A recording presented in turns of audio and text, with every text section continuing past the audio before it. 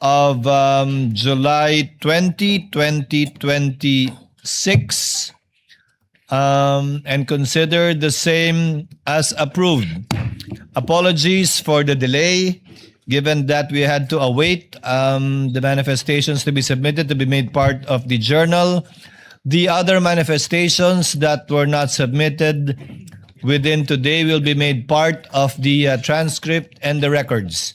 The approval of the journal is made important, especially given the manifestation of the council for respondent that they need a copy of the ruling of the chair yesterday in order to afford them enough time to avail of whatever remedies they may have in relation to the court's ruling yesterday. So ordered.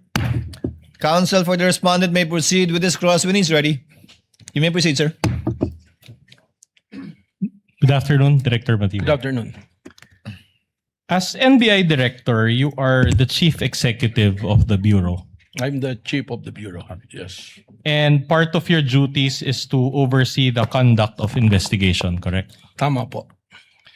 You're also authorized to issue subpoenas for the production of witnesses and documents, correct? Correct. Tama po. Very well. Now, the NBI conducted an investigation following the November 23, 2024 press con, am I right?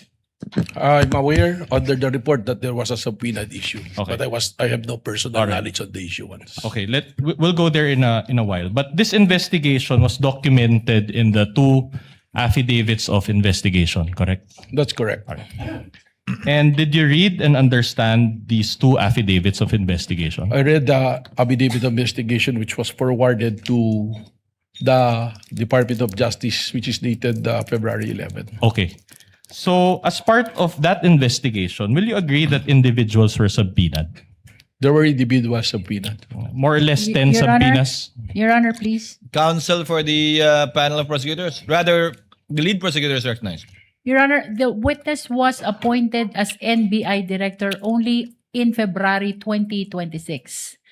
His testimony with respect to the first investigation will only be based on records.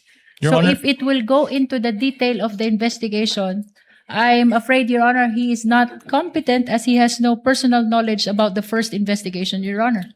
To begin with, asked and answered, and the witness was about to answer if he knows, given that he is the superior, current superior of this agency, and I presume that he has kept himself abreast of what happened in his agency prior to his assumption in February of 2026. Witness may answer if he knows. Please repeat the question. So, more or less around 10 subpoenas were issued, correct? If you know. Well, I cannot count, Alright. but I know that their personality is subpoena. Okay, very well. Now, these people were asked to appear before the NBI, correct? Yes, that is the very purpose of the subpoena. Okay. Now, these appearances were on various dates in November and December of 2024, correct? If you know. I cannot recall Alright, okay. exactly. Now, if you know also, some appeared while some did not. Yes, I was informed during the briefing. All right. Now, for those who appeared, the NBI conducted interviews with them. Yes, All right. And minutes of these interviews were recorded, correct? that is the standard procedure. So I suppose during that time it was recorded. SOP. All right. So after the interviews, the interviewers who were also NBI agents executed affidavits. Is that also a part of the SOP? Yes, that is correct. Okay. And the affidavits attested that interviews were conducted, correct? Yes, it will be signed by the investigating officers and eventually signed by a superior officer. Okay. Very clear so far. Now, my question to you is this. Did you actually participate in these stages of the investigation? Your That is Honor? very impossible because I'm not yet a director at that time. Okay, that's okay. Are you aware that a subpoena was issued to VP Sara? Yes, I was informed. Did you sign that subpoena? I was not No. there. I All cannot right. sign Okay. it. Are you aware that the subpoena was issued to Dempsey Reyes of the Philippine Daily Inquirer? I know that there are personalities of WINA who were present during the press conference on the November 23, but I cannot recall who are the personalities because I just went through to the affidavit of investigation. Did you sign that subpoena for Dempsey Reyes? That's impossible because Okay. I'm not that there. That's okay. Now, are you aware also that a subpoena was issued to Red Mendoza of Manila Times. We can confront you with a hard copy if you just want to refer to it, but you can answer also. At any rate, we are showing the soft copies, Your Honor, Your Honor, may I for the benefit of this honorable court. Assisting counsel may approach the witness. What is the pleasure of the lead prosecutor? Your Honor, may just enter into the record that the witness already testified that he has no personal knowledge about the first investigation, and all his testimonies will be based only on the records existing in the NBI. At any rate, Your Honor, If he knows, witness will answer. Your Honor, may we request also that those flashed in the big screen be explained by the defense counsel? I already explained, Your Honor. We're confronting the witness with hard copies, and the subpoenas, the soft copies thereof, are displayed. May we as- know, Your Honor, if these documents are pre-marked? Well, it is part, Your Honor, of Articles of Impeachment, Annex G9, pages 159 onwards. So it is part of the records of this case. These May are we not know our if they are documents. pre-marked? Yes, we can mark it. And it was also pre-marked. It is But at any pre-marked. rate, Your Honor, these are not our documents. These are NBI documents, Your Honor. No, the query is just if it's pre-marked so that the senator judges can refer to it if at all when they The read marking, case and- sorry, Your Honor, the marking is D-1-145, Your Honor. Your Honor- Which document, counsel? Because I see 8 documents. In succession, Your Honor. In Those succession. those are all parts. Counsel may proceed. All right. Now, Your are you- Honor, may I be clarified only about the XX, which are superimposed on those documents on the screen? Counsel for respondent will please reply. Your Honor, it was based on the witness's own answer that he did not personally sign. Nonetheless, it does not reflect the exact document referred to by the defense, Your Honor.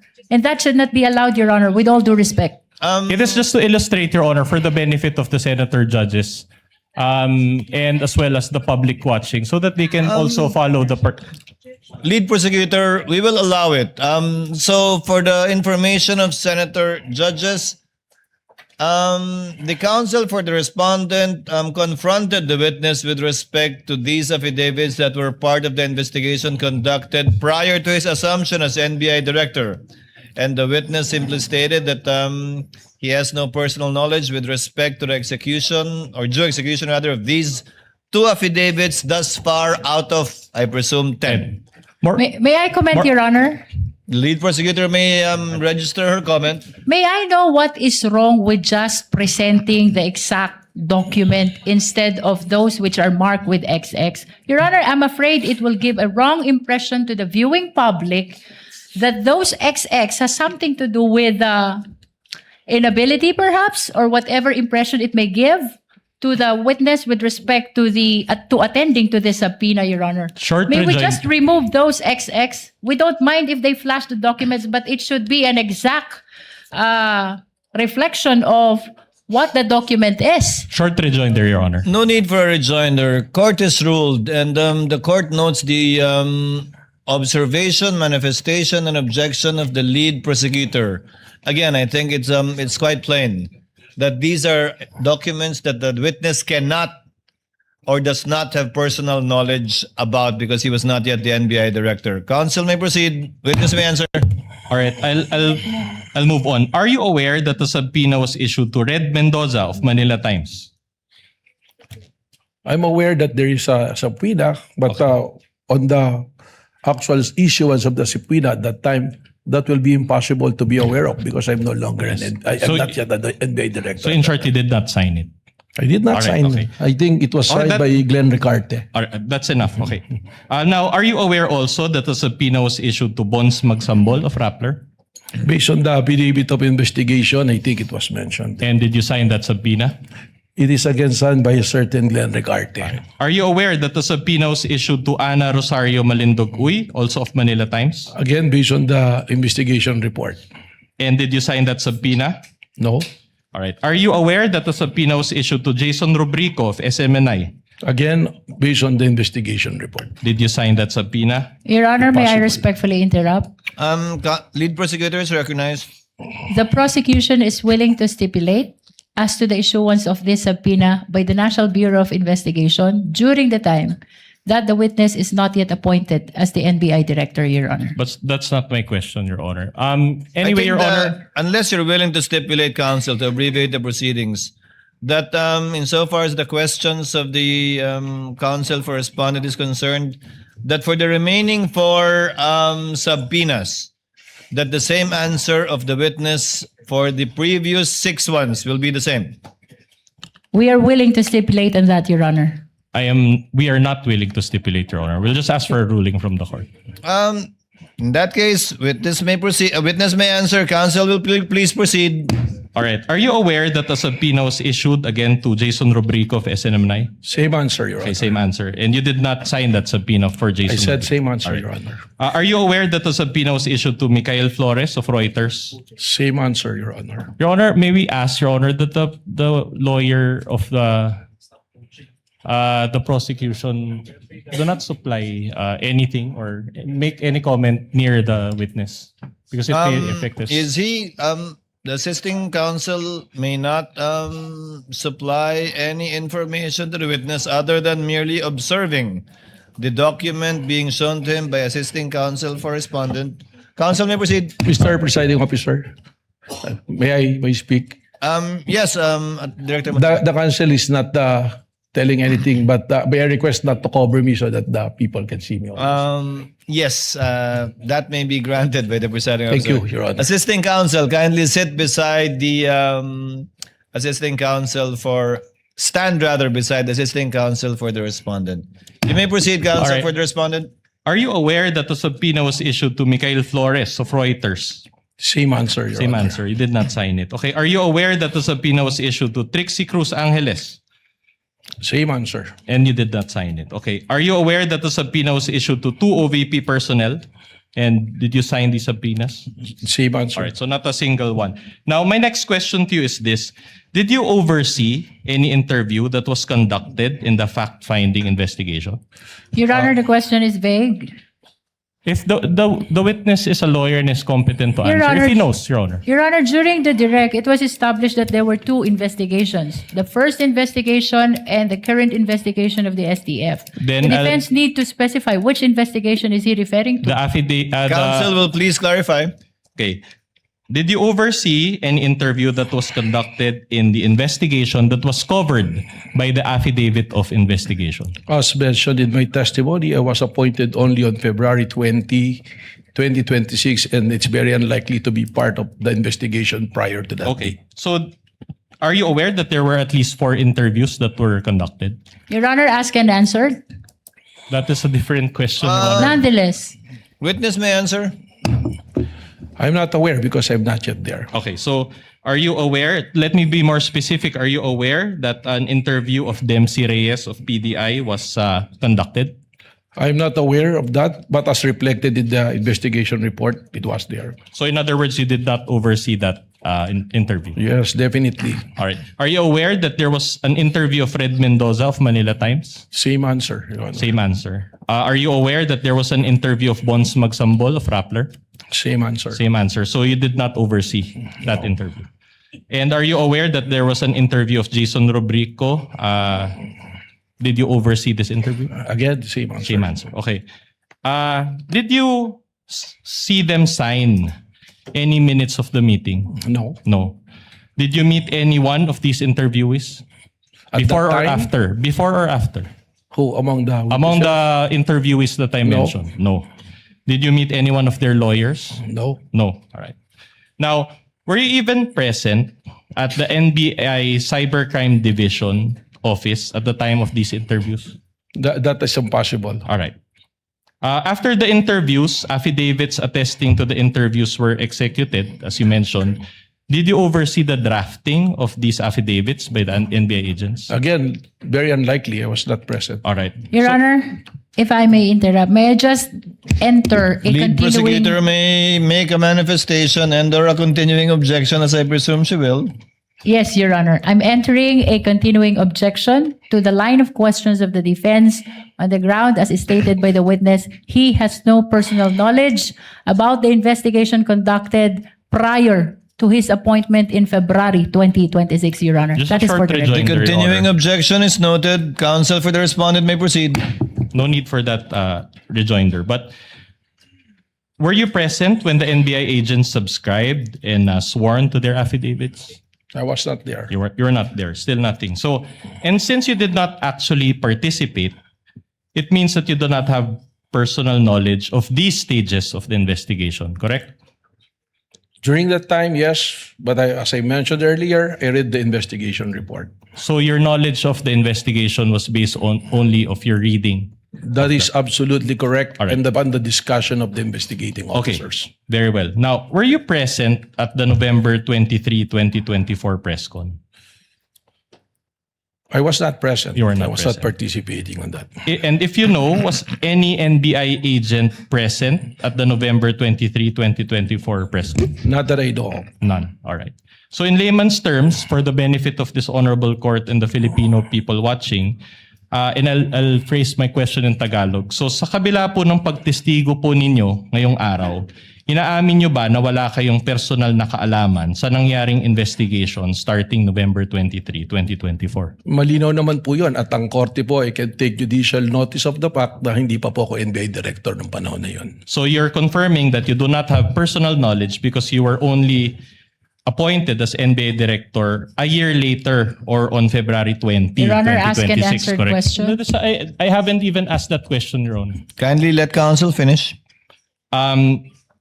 So again, I will repeat. So the reason for this is that because you became NBI director only a year later or on February 20, 2026, correct? Tama po. All right. Okay. So prior to February 20, 2026, you do not have any personal knowledge of any investigation, correct? Nababasa ko lang po sa balita mga pangyayari. Which is not personal knowledge, correct? Well, yun lang po yung knowledge natin. You're a lawyer, correct? Tama po, 29 years. 29 years. Can you recall Rule 130, Section 22 of the Rules of Evidence? Can you refresh me, sir? Okay, I will Because you have a gladly copy. refresh you, of course. I have here a copy of Rule 130, Section 22 of the Rules of Evidence, and I'll read it. Please read with me, Director Matibag. Testimony confined to personal knowledge. A witness can testify only to those facts which he or she knows of his or her personal knowledge, that is, which are derived from his or her own perception. Can you recall that rule now? Ayan po, nababasa ko po ngayon. Okay, you Tama can po. read it. All right. So, based on this rule, will you agree with me that a witness can only testify based on his personal knowledge? Your Honor, may I comment to that? These are basic questions, Your Honor. The witness is a lawyer. He is competent enough to answer. Counsel, are you making an objection? This is a comment, Your Honor. The witness repeatedly testified that he was appointed only in February 2026 and that all his testimonies pertaining to the first investigation are based on records, Your Honor. And this is allowed. As a matter of fact, under the rules, entries in official records are considered as prima facie evidence of the contents thereof. And thus, it's exactly the basis of the witness in answering the question of the defense. All his knowledge pertaining to the first investigation are based on records. Short rejoinder, Your Honor. No need, counsel. Distinguished lead prosecutor, the counsel for respondent did not object to the line of questioning of the lead prosecutor earlier, based exactly on the ground cited by the lead prosecutor. The presiding officer will give sufficient leeway to the counsel for respondent to establish his point. I think you also see what he is trying to establish. That's why he made a continuing objection in relation to it.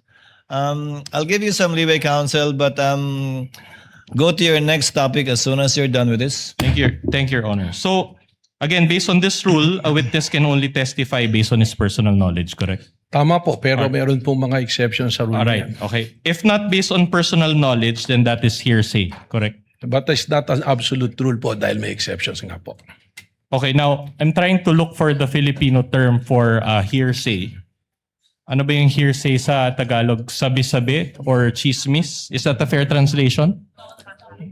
What is a fair translation to you of hearsay? in Your Honor, the Philippines. question of the defense is misleading. He never testified that that is hearsay. No, I'm not As a asking matter him. of fact, he's trying to raise the exception to hearsay. I'm not asking about the exceptions of hearsay. I'm asking a translation of hearsay. Your May Honor. we know- Anyway, I'll move on to. If the witness If the knows, if he does not know, he may say so. Hindi ko po alam kung anong translation dito sa Tagalog. Okay, so I'll just use my own translation, chismis. Anyway, at any rate, kung wala kang personal knowledge, chismis lang yon, tama? Hindi ko naman po naririnig sa korte, ako'y nag-practice din, kahit na-translate sa Tagalog, kahit minsan ko po, hindi ko po narinig ng hearsay ginamit ang salitang chismis. Alright, I'll move on. Now, the main material that the NBI used in its investigation was the video of the November 23, 2024 press con, correct? Tama po. Did you watch that whole video yourself? Napanood ko po. The whole video? Well, yung pong importanteng bagay dyan ang aking tinutukan pero napanood ko po. Alright. Now, let me ask you, do you confirm that in that virtual press con, VP Sara spoke about a lot of topics? Tama po. Alright, I'll show you a portion of that video and then I'll ask questions thereafter. Now, Your Honor, we beg the indulgence of this honorable court. Again, this video is a little lengthy, but we will only show one video, Your Honor. Counsel may proceed. Pagkain ninyo, buffet, yan, ito, sa House of Representatives, alak, at ng mamahaling wine.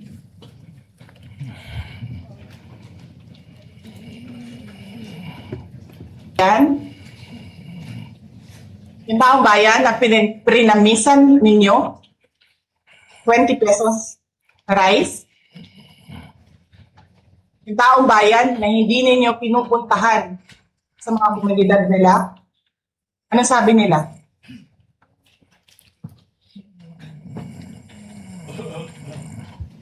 Ganyan ang bayan natin. Okay na lang kami sa asin. Sa kung ka nakahanap, bayan, na ang tao, because of their hopelessness, because there is no functioning corporate, okay na lang sa asin.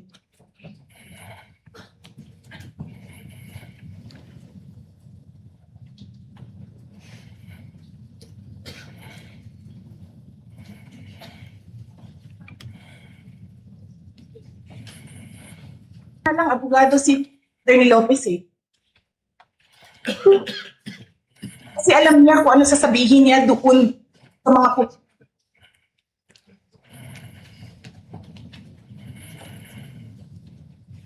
Your Honor, it appears that we're having technical difficulties. Can we just Yes, replay that part, Your Honor? Nakawin yung cellphone. Sasabihin mo, Your Honor, may I make a manifestation first? Can the tech kindly pause and rewind a bit with respect to the portion? Just a bit. Your Honor, this is part of the question, Your Honor. Can we ask that the manifestation be made after the playing of this video and the asking of the appropriate question? Your Honor, the manifestation concerns the very video that they are presenting. We're already playing it, lead counsel. We will recognize you after the video is played. Kindly proceed with the playing of the video. ng cellphone. Saan ka nakahanap? Papasok ka, nanakawin mo yung cellphone, dadalhin mo pa yung tao.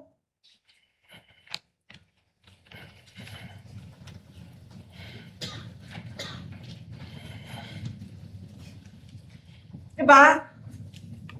Princess, you're raising your hand.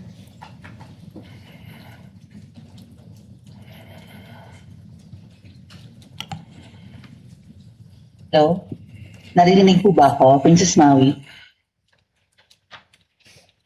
Yes. Oh, thank you. Good morning po, Madam Vice President. Thank you so much nga po pala sa dala niyong kopya nung hearing na pumunta kayo for PRRD. Kami yung nasa likod niyo po, yung tinawag nilang bastos kasi pumalak pa kami because of Congresswoman Cardema. Thank you, ma'am. Nakakain kami. Ako po'y natatakot kumain ng pagkain doon baka mamaya. Ma'am, mag-iingat po kayo. Nasa teritoryo kayo ng kalaban. Okay lang nag-aalala po dito, kami para ma'am, kasi sila naman sila talaga yung bastos eh. You read Opo, what you okay. saw. Yeah. Mag-iingat po kayo kasi sa dinami-rami po ng inyong mga pasabog ngayong gabi, it seems like marami po talaga kayong alam about them, no? Dahil sa pagkakasama niyo sa kanila during the campaign and during the 2022 elections.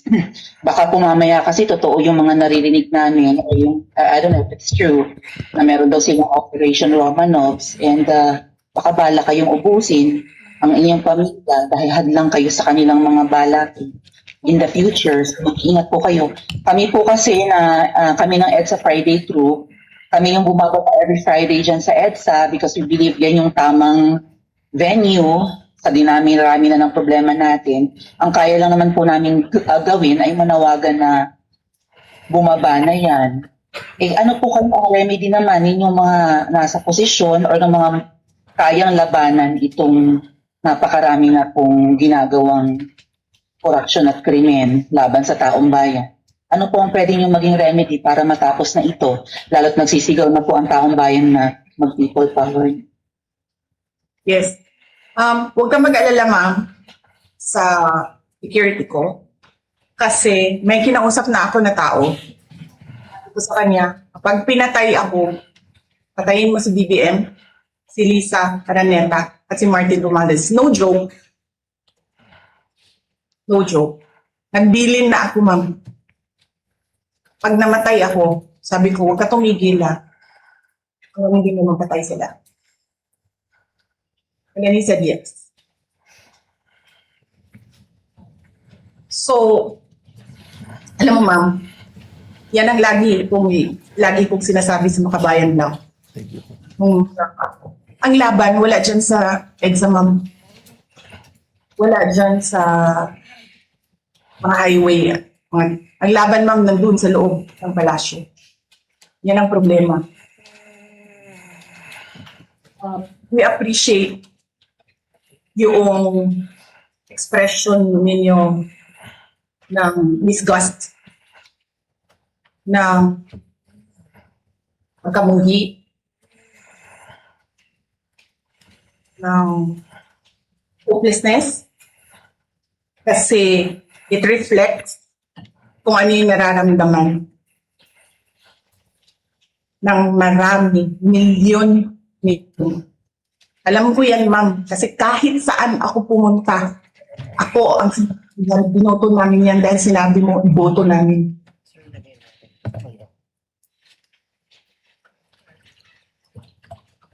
So, yes, ma'am. Maraming salamat sa ginagawa ninyo. Dahil sa ginagawa ninyo, I'm sure nakikita yan ang taong bayan. Na-appreciate nila yan. Marami sa ating mga kababayan ang gusto sumali sa inyo. Pero sa sobrang hirap ng buhay ngayon, hindi nila maiwanan yung mga trabaho nila at hanap buhay nila para pumunta sa daan. Bakit sila naghihirap? Bakit? Dahil sa gobyerno. Hindi ba dapat yung gobyerno natin ang nagpapagaan ng buhay ng tao? Bakit ang gobyerno natin ang nagpapahirap lalo sa tao? Kasi gusto ba nila lagi na lang mahirap ang mga tao para madali mapasunod? May mga lugar kami sa Mindanao na ganyan ang mga politiko. Gusto nila mahirap lahat. Ibahugan lang nila ang kwarta. Governor na sila, mayor na sila, congressman na sila. Hanapin niyo, ma'am, yung mga lugar na sobrang hirap sa Mindanao. Tingnan niyo anong gawain ng politiko. Pinapakain lang ng pera ng tao. Pinabastos yung kanilang pagkatao. Dahil wala silang pakialam. All right. For the benefit of this court, that is timestamp 1-12 1:12:43 onwards of the video recording with accompanying transcript. With the This is permission of exhibit- with the permission of the counsel for respondent, the lead prosecutor is recognized for her manifestation. Your Honor, I wish to manifest that the video which was played is unmarked and spliced video, Your Honor. That is for the record. The counsel for respondent just mentioned the timestamp and the marking as well. Counsel for the respondent may proceed. All right. Now, Director Matibag, these are my questions about the statements of VP Sara in that video. Do you have personal knowledge of the theft incident involving Attorney Lopez's cell phone? Wala po. Wala.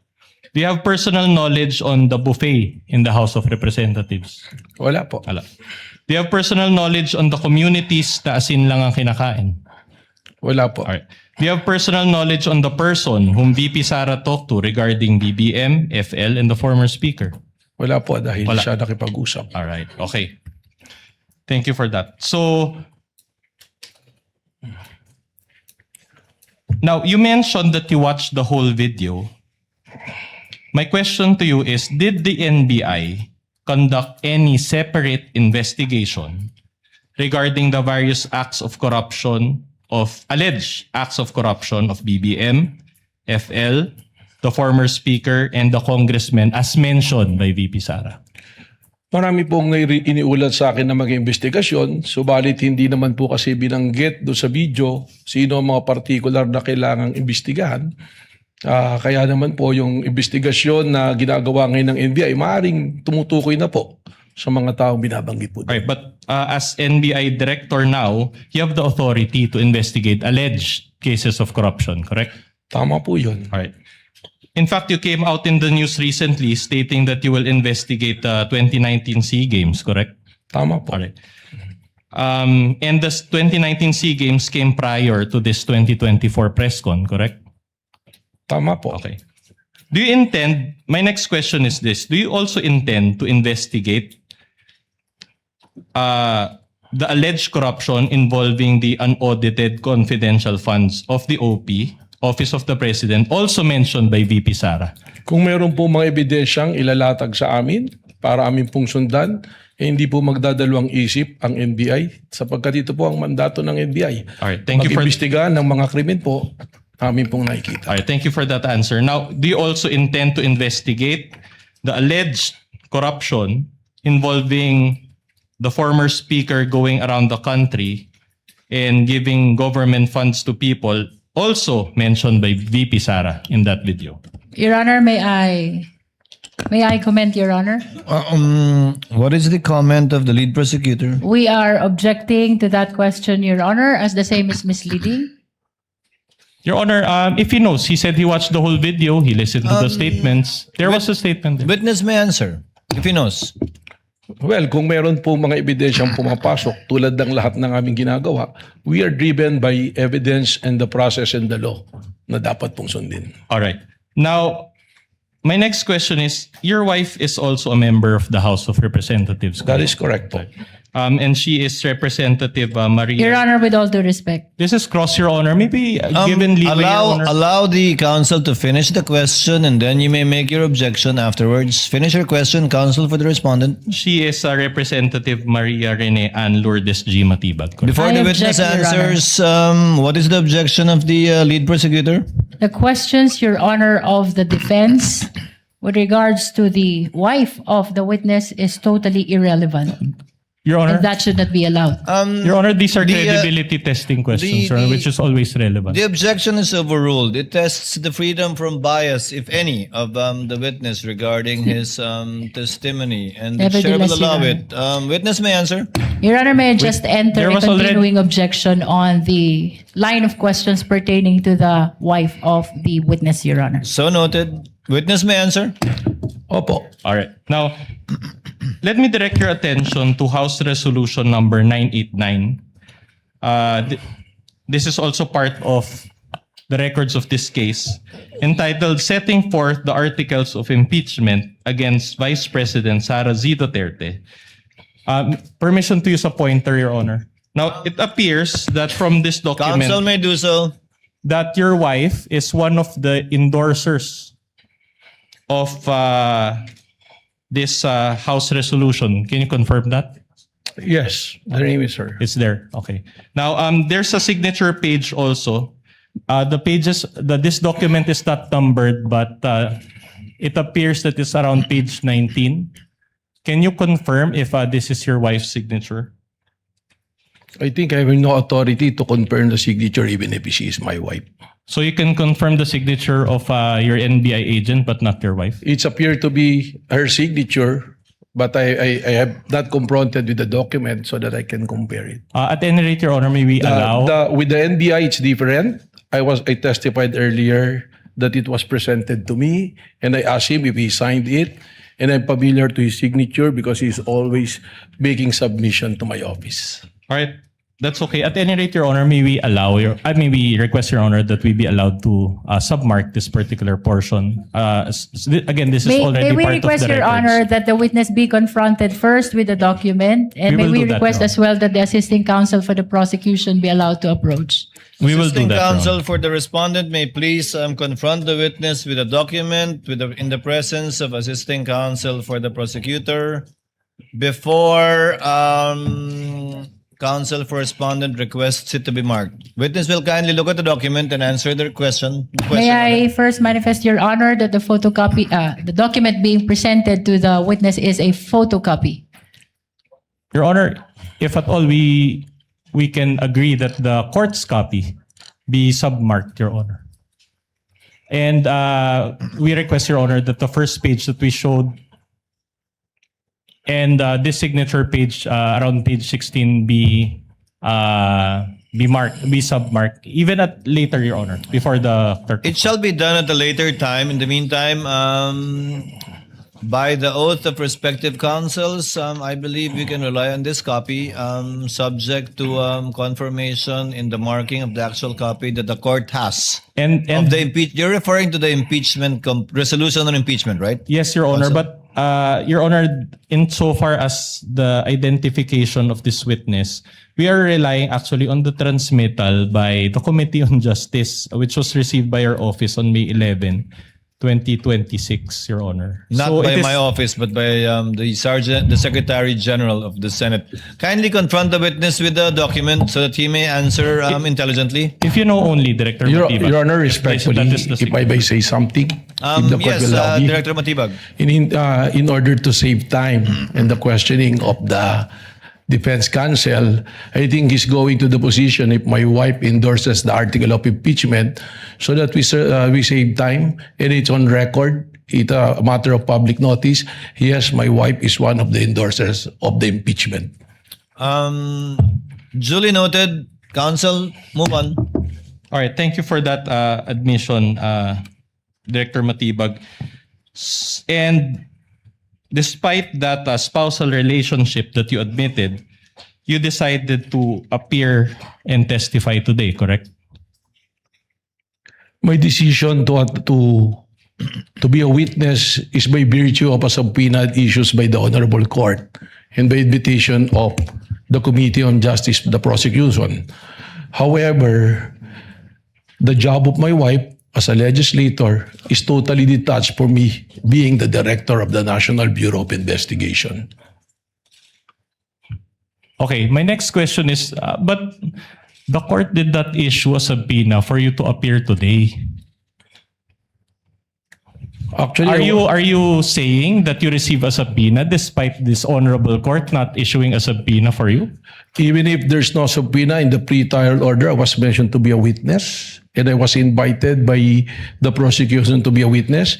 And from my understanding, in the pre-trial order, I was also listed by the defense. I will be gladly witness for the defense as well if I will be called upon. All right, but which is which? Are you appearing today by virtue of a subpoena or without a subpoena? I'm appearing today as a witness, as called upon and announced by the Honorable Court and by the invitation also of the No, that's prosecution. not my question, Director Matibag. You're a lawyer, you know this. Are you appearing today by virtue of a subpoena or no subpoena? There's no written subpoena, but there is a verbal announcement from the Honorable Court that I will be a witness in today's hearing. Your Honor, the question of the defense is What? misleading. It is apparent that last week a subpoena was issued to the witness, Your Honor, and it is because of the other matters that was heard and addressed by the impeachment court, the schedule of the witness was scheduled to today. Your Honor, The objection is overruled. First, asked and answered, and for the record and information of the senator judges, the presiding officer confirms that no subpoena was issued to Director Matibag. In fact, I asked if one was needed, and the response I got was that it was not necessary. But indeed, the chair also confirms that the name of Director Matibag was requested to be invited by the counsel by the prosecutors, and he was so named by the presiding officer to attend in, I believe, yesterday, supposedly, and today's trial dates. Move on, counsel. just one last question on this point. So counsel. considering that there's no subpoena, I'm just wondering how it works. Did you coordinate with any of the prosecutors in relation to your appearance in today's proceedings? Well, we conducted some meetings on this matter. You mean prior to your appearance to this honorable court, you met with members of the prosecution? Yes, twice when I was informed that I will be a witness on the pretrial order. All right. Did you meet with the private prosecutors or the public prosecutors? With the chairman of the committee, with the Congresswoman Jerviller. And you are confirming in open court that you discussed or you were briefed in that meeting based in your testimony? What was the what? Okay, you can explain. Well, I'm a lawyer and I know where you're going. There was no discussion or coaching. We just discussed matter. Because I'm a director, I will be testifying. Of course, they will want to know what will be the nature of my testimony. In the same way that when you want to present me as your witness, I will be more than willing to sit down with the defense counsel. Your Honor, I take exception to that. I don't think Director Matibag knows where I'm going. In fact, I'm moving on to a new point. At any rate, Your Honor, I don't think we are calling him as a witness. So these are facts that only he assumes. No, And we but want it to was- state that for the record, Your Honor. I speak? Witness will not argue with the counsel. Kindly sorry, move Your on. Honor. Kindly move on, Yes, sir. counsel, for the respondent. All right. Let's just move on, Director Matibag. The NBI is under the DOJ, correct? That is correct. All right. And the DOJ is under the Office of the President, correct? That is correct. Now, BBM, in short, BBM has control and supervision over both NBI and the... Your Honor, sorry, I'm hearing comments from the prosecution. I don't mean any disrespect to the President. It's just for purposes of abbreviation, I'm just calling him BBM. But at any rate, I'll move on to my question. So BBM has control and supervision over both the NBI and the DOJ, correct? That is not exactly correct. Only on the matter of appointments, but we enjoyed independence in the matter of investigation. I'm glad you mentioned that. Do you confirm that you're an appointee of BBM? Well, it's only the president who can make an appointment. I think it is provided for in the law. What's the answer? Yes. Yes, okay. And so my question to you is this. Did BBM participate in the NBI's investigation in any way? No. No. All right. So don't you consider your appointment as NBI director as participation on the part of BBM? No. No. Okay. All right. You mentioned a while ago that after the affidavit of investigation, it was submitted to the DOJ for evaluation, correct? For their evaluation and finding if there's enough reason to file a case before the regional trial court or the proper courts. All right. And during your direct testimony, you also mentioned that as we speak, it is still pending, correct? That is correct. All right. Now, in other words, in terms of formal charge to be filed in court, that is still not available at this time, correct? It's in the jurisdiction of the National Prosecution Service, which is under the Department of Justice. But insofar as the case that the NBI filed with the DOJ, is it not the case that that charge does not include contracting for the assassination? That is correct. What was filed was grave threat and inciting to sedition. So in other words, at this point, VP Sara is not being made to answer for contracting for assassination, correct? That is exactly what that my testimony covered. That she is being investigated for contracting a person to kill the president.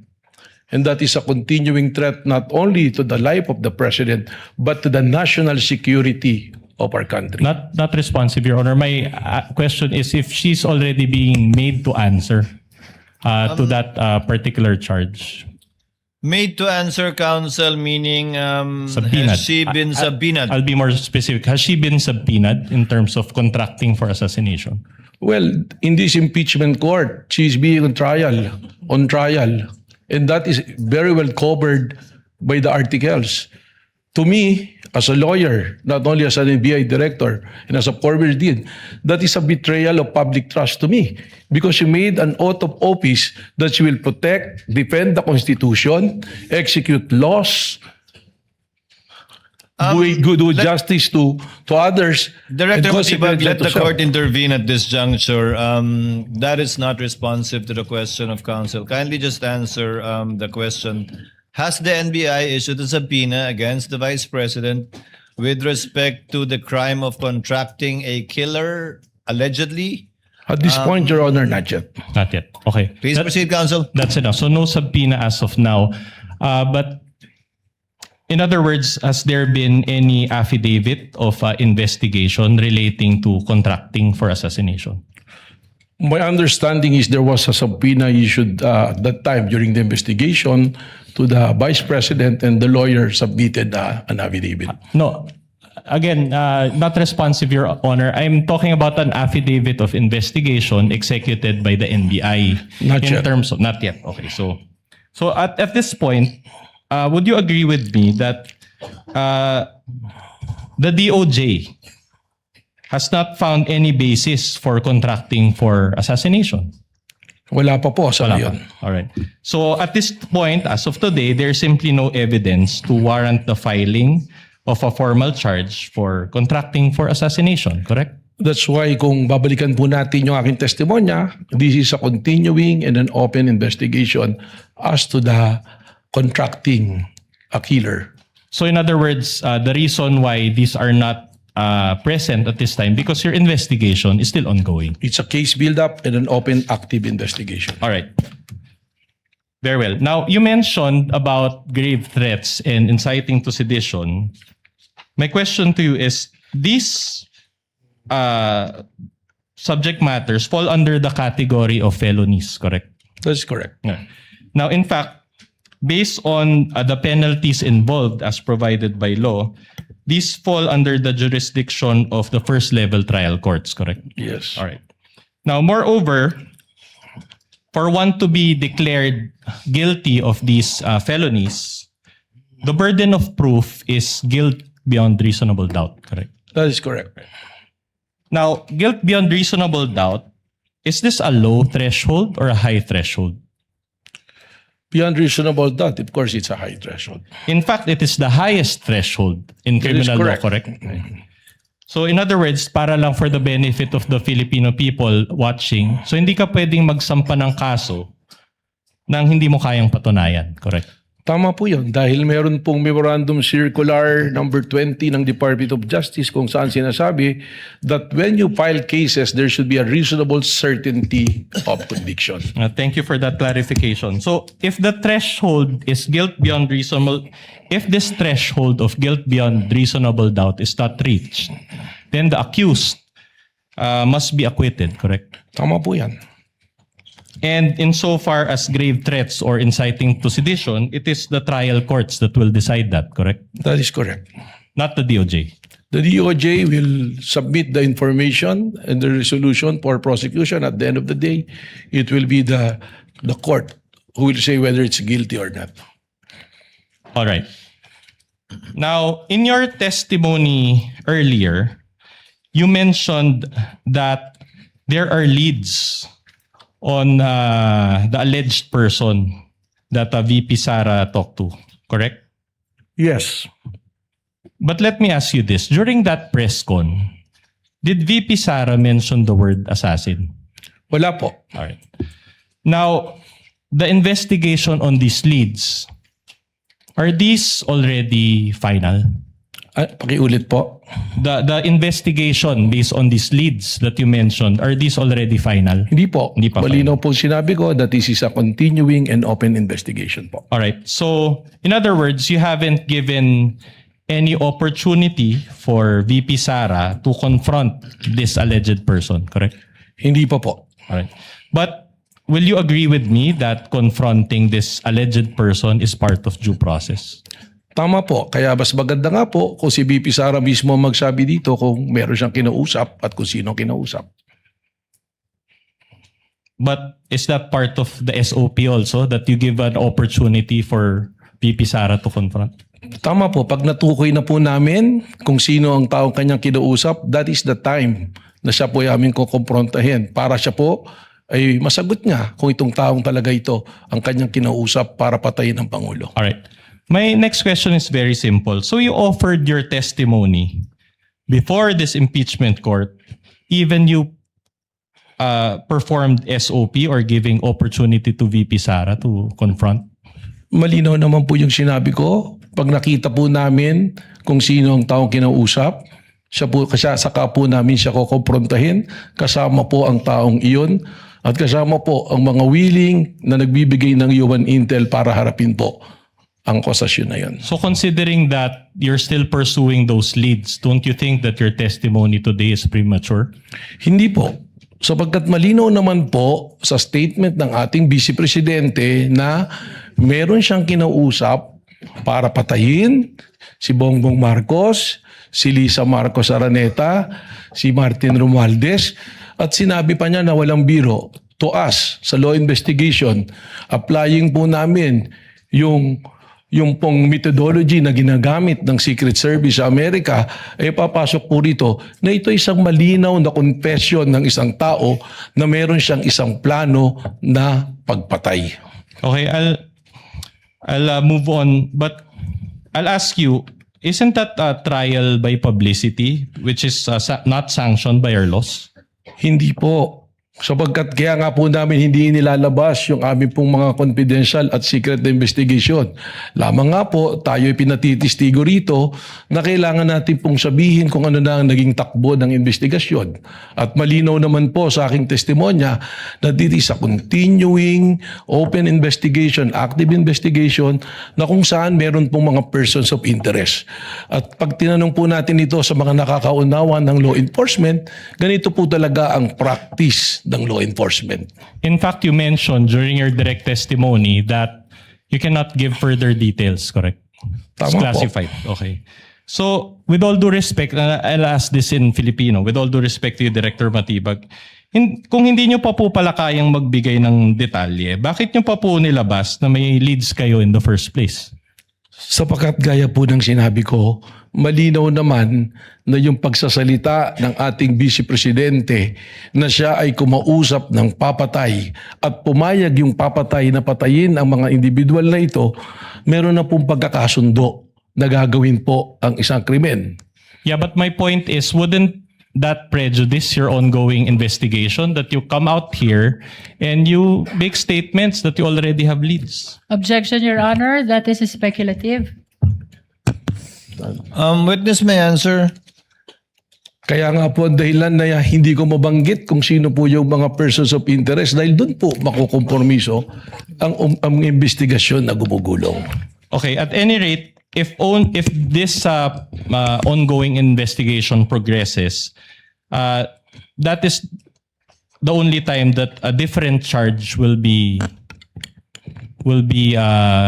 executed against the Vice President. Balikan ko po Speculative, ulit. Your Honor. Babalikan ko po ulit. Para po sa amin, malinaw na ang pagkontrata sa pagpapatay o ng papatay sa mga pangalang binanggit ay nandoon na. applying the methodology ng Secret Service na binanggit ko po kanina. Ang hindi na lang po natin nakikita ay kung sino ang taong kinausap. Kaya ito po ay still open and continuing investigation. At any rate, it's not yet final, correct? Tama po. All right. Now, you mentioned that the NBI is still conducting an investigation, ongoing investigation. Do you still use the video of the November 23, 2024 press con in this ongoing investigation? Isa po ito, sabi naging batayan para po dun sa 5-point the standard na tinitingnan po namin ay amin pong matugunan. All right. It's an almost 2-year-old video now. Do you think it's still relevant to your ongoing investigation? Hindi po. Sapagkat hanggang sa ngayon nga, ay hindi pa natin nahanap kung sino ang taong kinausap po ng ating Vice Presidente. Okay, very well. Attorney Matibag, do you know Mel Sabio? Opo. All right. Now, about 2 months ago, an old audio-video file of the two of you circulated online. By the way, we won't show that video out of respect to your to the party's rights, as well as I saw your wife here also, out of your family members' rights and also out of Mel Sabio's rights. I'll just ask you a few questions. This video circulated online, and you already came out in the media admitting that it was you and Mel Sabio who were involved in that video, correct? Tama po yun. That is a private conversation sa dalawa pong magkaibigan na hindi nagkakasundo. All right. And my only question to you is this. Did that incident demonstrate an emotional outburst on your part?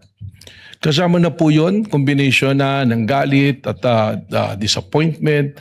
At ako naman po inamin ko na yan ay isang pagkakamali na akin pong tinanggap na rin at pinagsisihan. All right. Could you recall what you said in that video?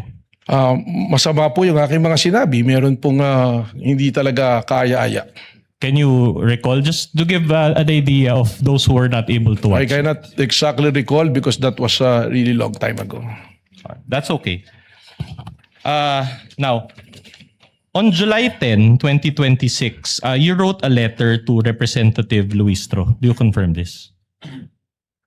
July 10. July 10, 2026. Opo. All right. Opo. And in that letter, we can confront you with a hard copy, but we can also flash. In that letter, you mentioned, and I quote, "As director of the Bureau, I will personally attend to represent the NBI at this summit of director and commissioner general level law enforcement leaders across the Asia Pacific, which will require my travel and attendance on those dates." Now, those dates pertain to July 21 to 22, 2026. So today and tomorrow. Do you confirm this? Opo. All right. Now, in that letter, there was a prior letter to that, correct? Which you received from FBI Director Kash Patel. Tama po. Do you personally know Kash Patel? Hindi po, pero hindi po siya personal kong kilala. All right. And did you inform him at any point that you're a lawyer? Hindi ko po alam kung alam niya na abogado. Okay. That's interesting because in the letter, and I'll use my pointer again, he referred to you as Dear Director Attorney Matibag, which in this record was submitted to this honorable court through the prosecution on July 13, 2026. Now, just a manifestation, this now forms part of the records of this case. So, are you friends or did he just research about your being a lawyer? Ganito po kasi ang nangyari dyan. Meron pong high value target. One of the top 10 most wanted. Si Henry Kimball, ang pangalan po niya, who scammed the government about 2.8 billion. Number 2 po siya sa 10 most wanted. And we have a coordination meeting with our local counterpart ng US Embassy na FBI station in Manila, si Ma'am Courtney, asking for our help for the extradition of this person who happens to have a problem in the court in Makati. They were expecting na ito pong taong ito ay matagal pa bago ma-extradite sa kanila. Lumapit po sa atin sa NBI at dahil natulungan po natin na yung inaakala nilang buwan ang lilipas bago ma-extradite, inatulungan po natin sila sa loob ng 2 araw ay na-extradite po. Kung kaya nung na-extradite po, ito pong si Henry Kimball Ako po ay tinawagan ni Ma'am Courtney ng FBI nang siya nasa Amerika at sinabi na nagpapasalamat. Katunayan po, nagpadala po ng letter of gratitude ang FBI.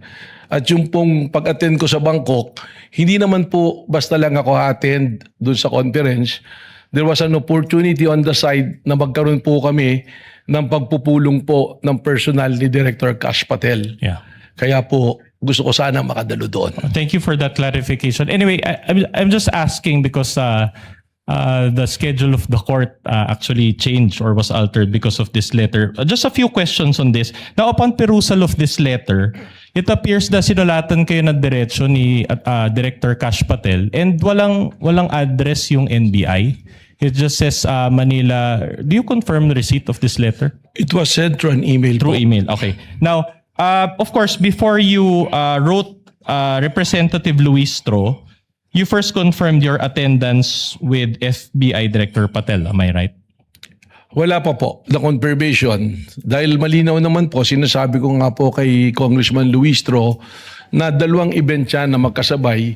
Sayang yung opportunity na maaari kong makausap yung FBI director sapagkat it's very rare that an FBI director will talk to an NBI director. Yeah, oh. So sinabi ko na baka naman pwede na mas mapaaga kung pwede lang at kung makikita naman po doon sa liham ko, respectfully I'm requesting.